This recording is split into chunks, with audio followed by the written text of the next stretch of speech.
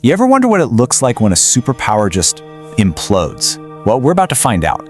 We are diving into one of the most chaotic periods in all of history, the Roman Empire's 3rd century crisis. This was a time when the greatest power on Earth very nearly tore itself apart.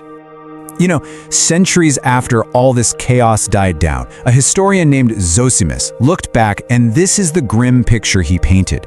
For him, this wasn't just some rough patch for Rome. No, this was a catastrophic turning point, a moment where the very foundations of the Roman world just started to crumble. So how did it all go so spectacularly wrong? Zosimus gives us a clue, but the truth is, it was a perfect storm. 3 different crises all hitting at the same time. Okay, let's get into the first driver of this chaos, the complete and utter breakdown of political order. To put it bluntly, the biggest problem was that the transfer of power, something that used to be about succession, or at least getting the Senate's approval, just evolved into a free-for-all.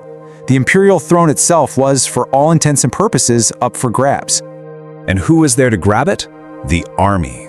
See, after the Severan dynasty fell, this massive power vacuum opened up, and the Roman legions, the very tool that built the empire, they suddenly turned inward. It's like they all realized at once that they held the real power, the power to make an emperor, and just as easily to unmake him. And this is where we get this new term, the barracks emperor. These guys weren't your typical statesmen or politicians. Nope, they were generals who took power simply because they had an army at their back. Loyalty wasn't to Rome anymore, it was to the commander who could promise the biggest bonus. The throne was basically being auctioned off to whoever had the most swords. And just look at the sheer speed of this collapse. In a single 50-year span, starting in 235 AD, Rome had more than 20 different guys claim the title of emperor. 20! Can you imagine a government in that much turmoil? It's not a crisis at that point, it's just a constant state of civil war. Now, all of this political chaos, it was bound to have devastating consequences for the economy. To keep paying the armies that were putting them in power, these emperors turned to a really desperate solution. And that brings us to the second pillar of the crisis, a total meltdown of the Roman currency. So, at the start of the century, the Roman denarius was a pretty respectable coin. It had about 50% silver in it, which gave it real, tangible value. You could trust that the coin in your hand was actually worth something. But fast forward about 70 years, and that value is just gone. To pay off their soldiers, emperors started debasing the currency, basically melting the coins down and mixing in cheaper metals. The silver content plummeted to just 5%. The money became almost worthless, and that of course triggered insane runaway hyperinflation. And here's the real kicker. The Romans were completely trapped. They didn't have modern economic theory. They had no idea that by printing more money to solve their short-term problem, paying the army, they were actually destroying their entire economy in the long run. It was a vicious cycle they just couldn't see a way out of. And just when you think, okay, it cannot possibly get any worse, the third, absolutely terrifying force in this perfect storm shows up.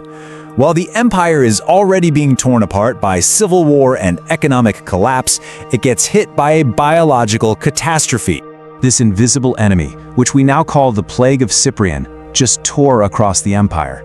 It killed millions. Some ancient writers claimed it wiped out up to a third of the people in major cities. And this wasn't just a human tragedy, it was a strategic disaster.